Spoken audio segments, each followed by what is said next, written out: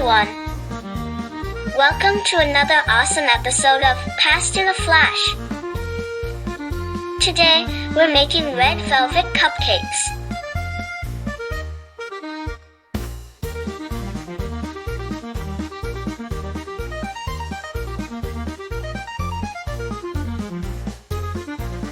But have you ever wondered why they're red?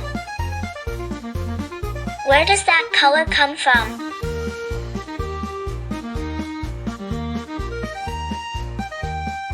Is it just magic?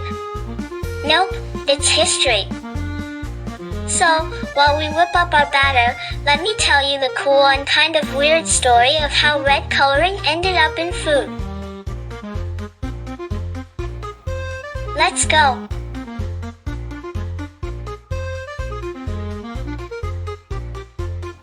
First, let's go way back to the Aztecs in Mexico, hundreds of years ago. They had this super cool insect called the cochineal. Yep, I said insect.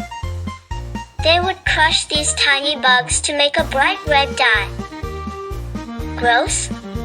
Maybe. But it worked.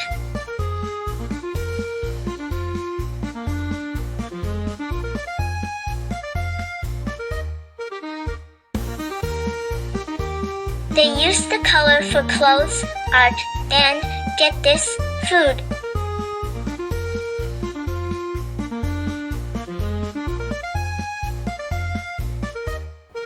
Fancy desserts, sauces, and drinks all got a splash of red, thanks to these little bugs.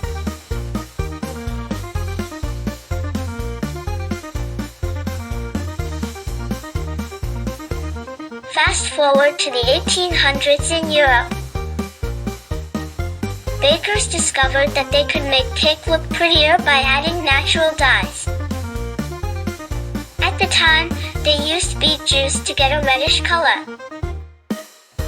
Beets are veggies, so that's kind of healthy, right? People loved how fancy it looked.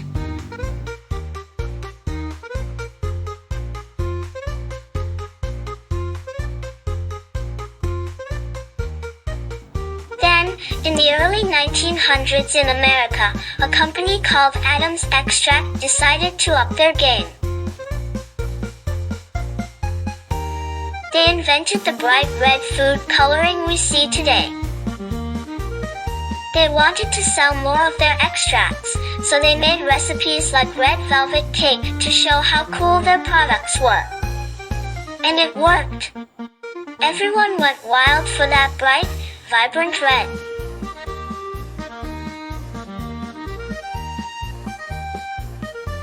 But wait, it gets even weirder.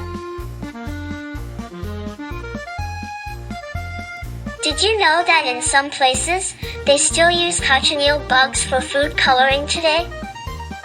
Don't worry, it's totally safe. But most food coloring now comes from science labs instead of nature. So, what's the deal with red? Well, red is a color of celebration, love, and joy.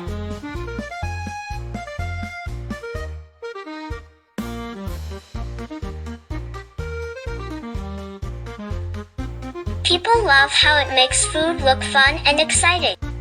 That's why we use it for festive treats like cupcakes, cookies, and candies.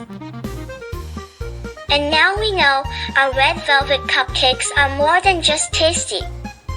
They're a bite of history. From tiny bugs to beet juice to bright food coloring, red has been adding magic to food for centuries. Alright, that's it for today's story. I hope you enjoyed learning about the secret behind red food while making these delicious cupcakes. Don't forget to share them with your family and friends. History tastes better when it's shared. See you in the next episode of Past in a Flash. Bye. Goodbye.